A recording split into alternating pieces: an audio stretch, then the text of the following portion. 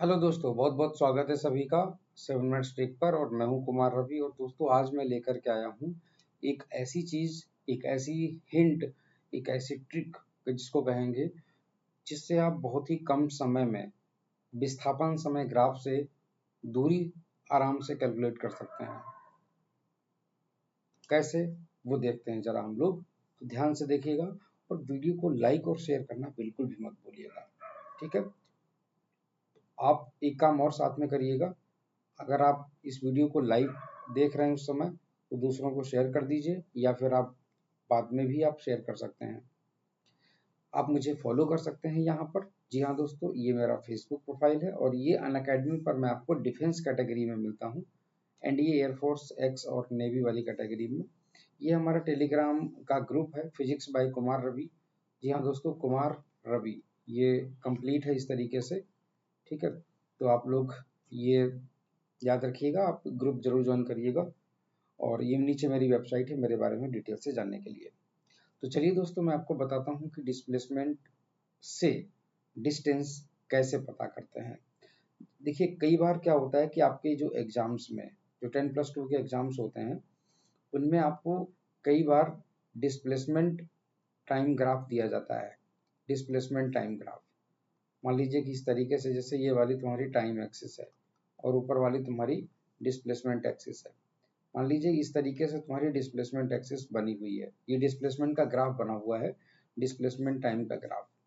दोस्तों, मान लीजिए कि जैसे सपोज जो यहाँ पर इसकी पीक ऊंचाई है, मान लीजिए वो 100 है। और मान लीजिए कि अगर हम आपसे ये कह दें कि जो इसकी यहाँ से यहाँ तक की जो ऊंचाई है, मान लीजिए 50 है। ठीक है, तो दोस्तों, अगर हम आपसे ये कहें कि इसे बताइए टोटल चली गई दूरी कितनी है, टोटल चली गई दूरी कितनी है। मान लीजिए टोटल यात्रा 10 सेकंड की हुई है, तो टोटल चली हुई दूरी कैसे निकालेंगे। दोस्तों, इसके लिए एक बहुत अच्छी सी ट्रिक है, और वो ट्रिक ये है, आप लोगों को करना ये रहेगा, जहां से ग्राफ नीचे मुड़ता है, मेरी बात को जरा ध्यान से समझिएगा।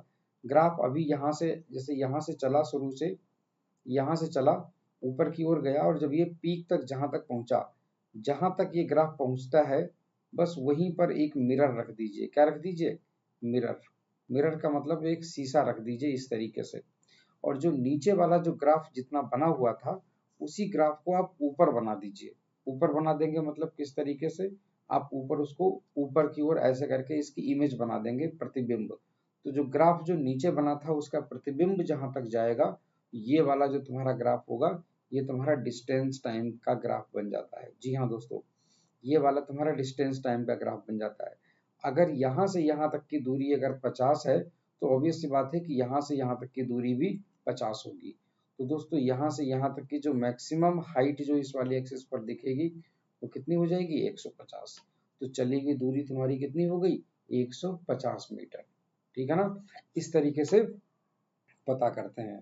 एक एग्जाम्पल मैं आप लोगों को बताता हूँ, बहुत अच्छा सा एग्जाम्पल देखिएगा। सपोज दैट, मान लीजिए इस तरीके से, ये आपके सामने कोई प्रश्न इस तरीके से दिया हुआ है, यूं और यूं और ये यूं करके।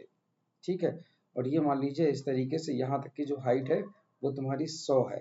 ठीक है, और सपोज दैट अगर मान लीजिए हम आपसे ये कह दें, ये ग्राफ यहाँ पर आकर के खत्म हो गया, मतलब जीरो पर आकर के मिल गया है। ठीक है, और ये आपके अलग अलग टाइमिंग पर, अलग अलग लोकेशन पर ये पहुंचा हुआ था। मान लीजिए 10 सेकेंड, 20 सेकेंड, मान लीजिए 30 सेकेंड। ठीक है ना, ये वाली तुम्हारी टाइम वाली एक्सिस थी, ये वाली तुम्हारी टाइम वाली एक्सिस थी, और ये वाली तुम्हारी तो डिस्प्लेसमेंट वाली एक्सिस थी। ठीक, तो अब हम क्या करेंगे, अब हम ये करने वाले हैं वही अपना पुराना तरीका, कि जहां से ग्राफ मुड़ता है, वहां पर हम लोग एक मिरर रख देंगे। क्या रख देंगे? मिरर। तो जब हम लोग इस तरीके से दोस्त मिरर रखते हैं ऐसे ऐसे करके, यहाँ पर हम लोग मिरर रखते हैं ऐसे ऐसे ऐसे ऐसे ऐसे ऐसे ऐसे ऐसे करके, तो इस मिरर में जो इमेज बनती है ग्राफ की, वो तुम्हारी यहाँ तक बन जाती है। तो जहां से ग्राफ नीचे आया होगा, उसी की तो मिरर ऊपर बनेगी इमेज। तो यहाँ से यहाँ तक की, यहाँ से यहाँ तक की जो ऊंचाई तुम्हारी 100 है, तो यहाँ से यहाँ तक की ऊंचाई भी तुम्हारी 100 ही बनेगी। तो दोस्त, ऑब्वियस सी बात है कि तुम्हारी जो इस वाली एक्सिस पर, डिस्प्लेसमेंट वाली एक्सिस पर तुम्हारी ऊंचाई कितनी दिख जाएगी? 200। तो इसका मतलब है कि चली गई तुम्हारी डिस्टेंस कितनी हो गई? 200 मीटर। इस तरीके से आप इसकी एवरेज स्पीड पता कर सकते हैं, औसत चाल पता कर सकते हैं। दोस्तों, ऐसे ही प्रश्न कई बार आपके एग्जाम्स में पूछे भी जाते हैं। ठीक है। तो जो भी लोग जिनके एग्जाम्स में 10+2 के कभी भी फिजिक्स क्वेश्चंस पूछे जाते हैं, उनके लिए ये बहुत ही तेजी से वरदान होगा। जो लोग IIT या नीट की प्रिपरेशन करते हैं, आप उन्हें ये वाली ट्रिक जरूर सजेस्ट करिएगा। आई एम श्योर कि उन्हें बहुत जबरदस्त बेनिफिट होगा। Thank you.